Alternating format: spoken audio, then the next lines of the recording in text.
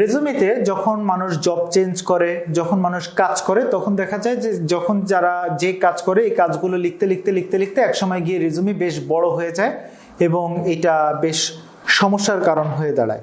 So আমরা সবসময় বলে থাকি কি আপনার এক্সপিরিয়েন্স 0 ইয়ার্স থেকে শুরু করে 10 ইয়ার্স পর্যন্ত আপনার রেজুমি হবে 2 পেজের, এবং আপনার যদি ওয়ার্কিং এক্সপিরিয়েন্স 10 ইয়ার্স প্লাস হয়ে থাকে সেক্ষেত্রে রেজুমি ম্যাক্সিমাম 3 পেজের হতে পারে।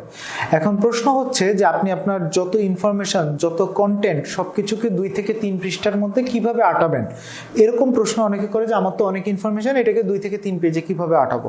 আসলে 2 থেকে 3 পেজে ইনফরমেশন আটানোর জন্য কিছু টেকনিক আছে। সো ফার্স্ট অফ অল একটা রেজুমির কন্টেন্টগুলো কিরকম হয়, যে কন্টেন্টগুলো কিরকম হয় যে আপনার প্রথমে আপনার নিজের সম্পর্কে একটা ক্যারিয়ার সামারি থাকবে, আপনার একটা ক্যারিয়ার অবজেক্টিভ থাকবে, আপনার কোর 10টা স্কিল থাকবে, এরপরে আপনার ওয়ার্কিং এক্সপিরিয়েন্স পোর্শনে আমরা যাব। ওয়ার্কিং এক্সপিরিয়েন্সগুলো আপনি লিফো মেথডে লিখবেন। এই মুহূর্তে যে কোম্পানিতে যে কাজ করছেন সেটা সবার আগে আসবে, তার আগেরটা তার আগে আসবে, তার আগেরটা তার আগে আসবে, তার আগেরটা তার আগে আসবে, এইভাবে পেছনের দিকে যেতে থাকবে। তারপরে আপনার একাডেমিক কোয়ালিফিকেশন আসবে, আপনার প্রফেশনাল কোয়ালিফিকেশন আসবে, আপনার কোনো ট্রেনিং থাকলে সেগুলো আসবে, এবং লাস্টে গিয়ে আপনি 2 জন রেফারেন্স সেট করবেন। সো এই আঙ্গিকে হচ্ছে আপনার টোটাল রেজুমিটার ফরমেশন হবে। এখন কথা হলো যে যেমন ধরেন আপনার 10 বছর জব করা হয়ে গেছে, আপনি এখন ম্যানেজার হিসেবে কাজ করছেন। সো আজকের থেকে 5 বছর আগে আপনি ছিলেন সিনিয়র এক্সিকিউটিভ, তার আগে ছিলেন এক্সিকিউটিভ, তার আগে ছিলেন অফিসার। এখন সিনিয়র এক্সিকিউটিভ এবং অফিসার অথবা অ্যাসিস্ট্যান্ট ম্যানেজার, এই সময় আপনার day to day job responsibilities কি ছিল এগুলো উল্লেখ করার কোনো প্রয়োজন নাই।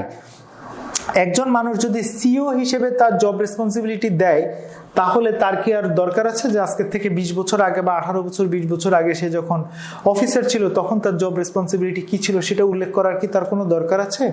তার কিন্তু কোনো দরকার নাই। সো এই ধরনের আননেসেসারি ইনফরমেশন যখন আপনি সিভি থেকে ফেলে দিবেন তখন আপনার সিভি শর্ট এবং ক্রিস্পি হয়ে আসবে। এবং তার চাইতে বড় ব্যাপার হচ্ছে আপনি যখন আপনার সিভিতে অ্যাচিভমেন্ট যোগ করবেন তখন আপনার সিভি শর্ট হয়ে আসবে। সো অ্যাচিভমেন্ট বলতে আমরা কি বুঝি? আমরা একটা ফ্যাক্টর ইউজ করি যেটাকে বলা হচ্ছে স্টার ফ্যাক্টর।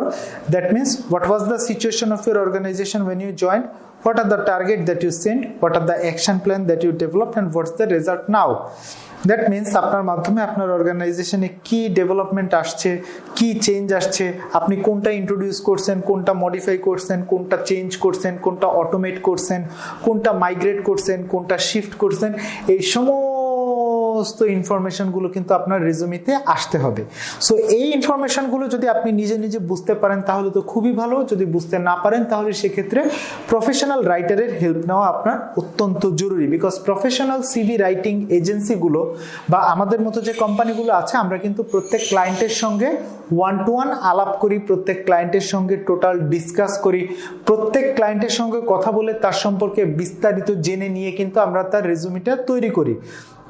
সো আমরা প্রত্যেক ক্লায়েন্টকে তার কন্ট্রিবিউশন কি ছিল, অ্যাচিভমেন্ট কি ছিল, এগুলো নিয়ে আমাদের কিছু প্রশ্ন থাকে। আমরা কিন্তু এই প্রশ্নগুলো ক্লায়েন্টকে করি এবং তার কাছ থেকে যে ইনফরমেশনগুলো পাই প্লাস তার যে প্রিভিয়াস সিভি আছে, এই দুইটাকে মিলিয়ে কিন্তু আমরা তার একটা রেজুমি তৈরি করে দিই। সো এইভাবে যখন রেজুমিটা তৈরি করা হয়, that means repetition of the same activities যখন আমরা মিনিমাইজ করি, আমরা যখন কিছু প্রিভিয়াস সময়ের যে কাজগুলো আজকের থেকে 5 বছর 10 বছর 15 বছর আগের যে কাজগুলো, এগুলোকে যখন আমরা মিনিমাইজ করে আনি, তখন দেখা যায় যে unnecessary repeated similar copy paste টাইপের যে কন্টেন্টগুলো আছে এই কন্টেন্টগুলো আর রেজুমিতে থাকে না, এবং তখন রেজুমিটা 2 থেকে 3 পেজের হয়ে আসে।